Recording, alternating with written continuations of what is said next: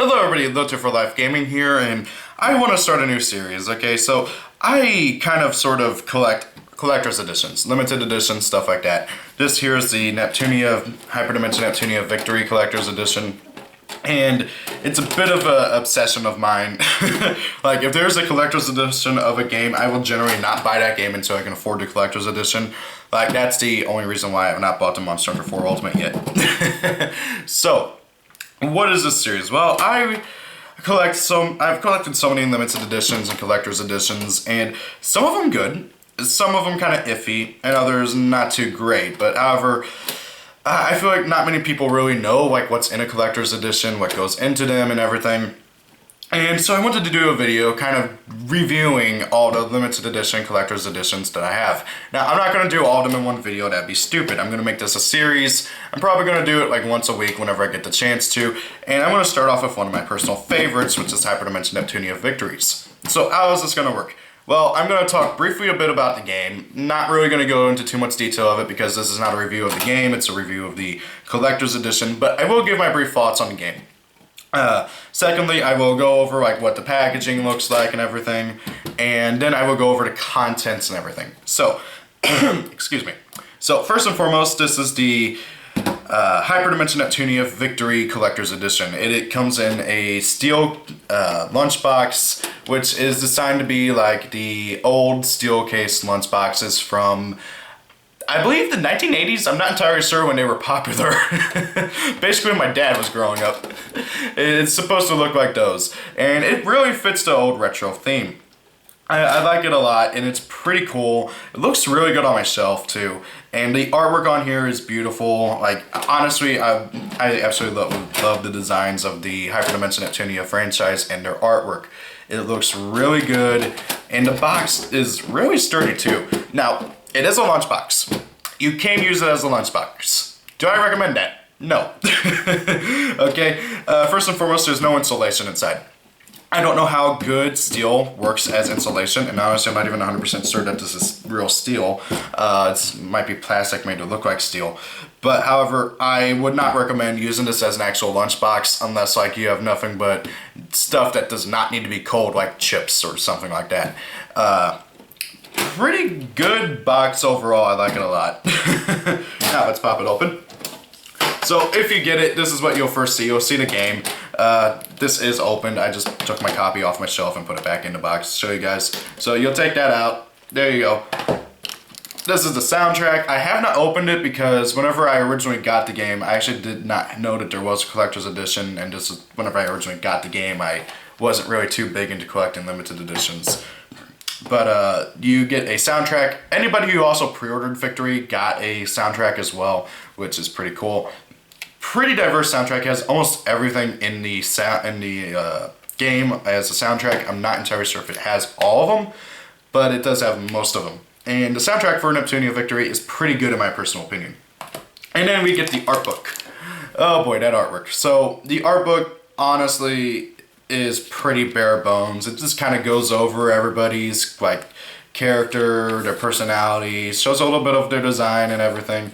It doesn't go into too much depth, although I do like the artwork. I just wish it would have provided more artwork and was more of a art book, like it says it is, than it is a character introduction and everything.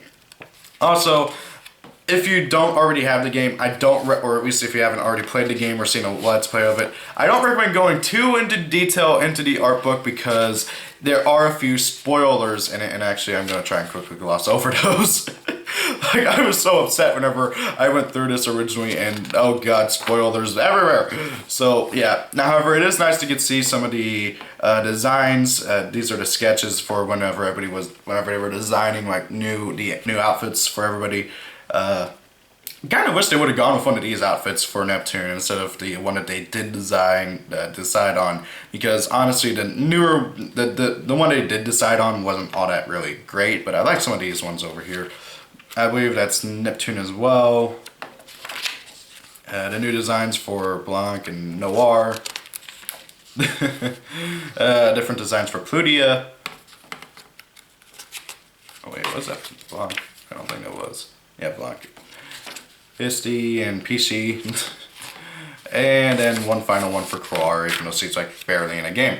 So yeah, very bare bones art book, which kind of bugs me, but oh well, I mean, I guess they couldn't really make it too big, although they have plenty of space in here to work with. But oh well. Nice art book, could have been a lot bigger, and I wish they would have gone into more detail. Like, there's no artwork on the land, or the designs of the areas, or anything, and that really kind of bugs me. Most art books have at least that, and that's just not very great, in my personal opinion, that they don't have that. Now, next up is the mini lunchbox. Yeah, you get a lunchbox inside the lunchbox. Basically the same thing as this lunchbox, it's just smaller. If you haven't played any like card games like Yu-Gi-Oh! Or Pokemon or Magic, and you can try and use this as a deck box. I tried it, that my deck wouldn't fit in here, which was sad. Adorable little chibi artworks. I believe these are their, crap, I forgot what it's called. The little like in-game version of Twitter. That's their avatars. Some other characters on the side. Everybody in their HDD form, and just big hissy. And then little kid versions of these two. Now, sadly, there's not a box inside this box. It'd be boxception, because a box inside a box inside a box, which would be funny. But, oh well. So, overall, this limited edition, or collector's edition, whatever you wish to call it, would I recommend it to anybody who's not a collector of collector's editions, or a big fan of Neptunia? Well, if you're a big fan of Neptunia, you should have this, in my personal opinion, because it's just really good. You get to see some of the artwork and designs for everybody for Victory. But if you aren't a big fan of Neptunia, or you aren't a collector of collector's editions, I don't know. I mean, if you can get it for cheap, go ahead and get it. This one, whenever I got it, it was around $80. I believe it is still around that price on Amazon. I'm not entirely sure. The Neptunia limited and collector's editions are a bit wonky with their prices, in that they can be anywhere from $80 to $150 to, heck, one of them goes all the way up to $750, which, oh boy, I'm going to be doing a rant on scalpers and stuff, maybe, more than likely. So, overall, this collector's edition, if you can get it for cheap, and you're not a big fan of, like, Neptunia, or you're not a big, like, collector's edition fan, if you can get it for cheap, go ahead and try and get it.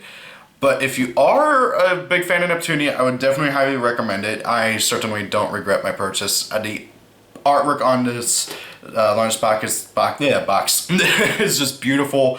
I love it a lot. And I love having it on my shelf. I will sometimes like switch it back and forth. Although I do kind of wish that they would have gone with a different artwork. This is literally just an in-game screenshot of one of the events. This, however, on the other hand, is an actual cover artwork. Again, I love this thing, but however, unless you're a hardcore collector of either Neptunia or fan of Neptunia or a hardcore collector of collector's editions, it sounded like that's a double entendre or something. I really don't know if I could recommend it unless you can get it for cheap. Now again, whenever I got it, it was $80. So yeah, that's honestly kind of cheap in terms of the limited editions that I do have. So guys, hope you enjoyed the video. Tell me what you guys, do you like this style of the reviews of the limited edition / collector's editions? Sorry if I stuttered a few times, this is my first time trying to do it, so yeah. And I want to do the rest that I have. I have a crap ton of them, so like I'm planning on getting Trillions sometime soon. Probably with my next paycheck, I'm probably going to get Trillion God of Destruction's limited edition, because surprisingly it hasn't sold out yet, which is disturbing how that has not happened. Normally normally Idea Factory games, their limited editions sell out within a month of the pre-orders going up. And I'm also planning on getting Mega Tag Mentions limited edition, and of course the crossover between Neptunia and Sega Hard Girls Collection collector's editions. There are a few others that I have my eyes on, but however, for the most part, I don't see me getting those anytime soon.